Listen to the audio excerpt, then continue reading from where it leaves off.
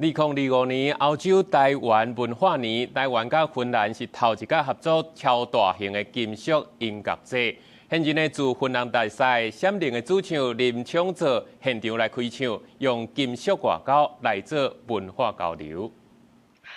我现在位于芬兰赫尔辛基，来自台湾、芬兰的知名金属乐团将在 Formosa Finland Fest 登台演出。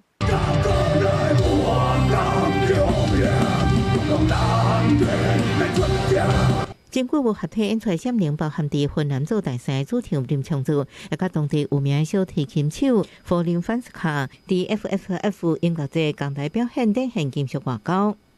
We move on with different journeys, different paths, but somehow life finds its way to bring us back here in Finland again.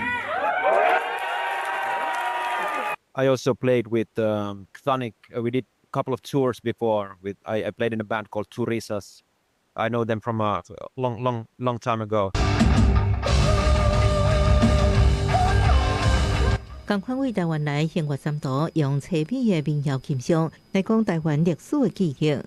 那我们就是想要传达这些比较阴性的，包含台湾人的韧力、台湾的韧性，让芬兰看到金属乐有很多不同的面貌。会把古乐机用满满大些金属能量，引爆全场气氛。舞台设计用着台湾地景强调看板，呈现视听电源的跨文化响现。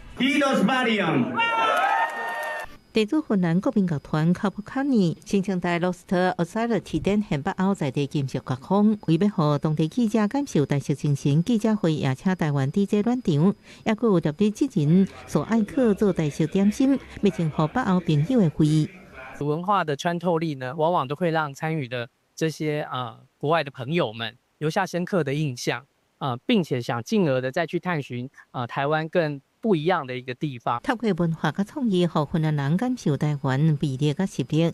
新进芬兰大赛安怎伫音乐甲外交相乘成分之下找到平衡，也成做外界关注的焦点。公司国际记者芬兰报道。